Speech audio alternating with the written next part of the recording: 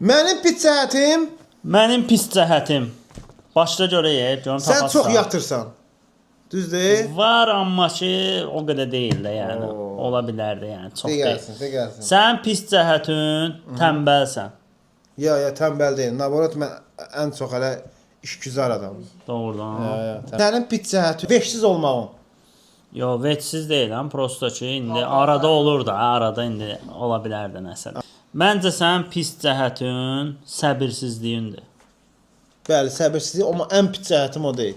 Sənin pis cəhətin telefona zəng eləyəndə belə açmamağın. Mənə görə ən pis cəhətin odur.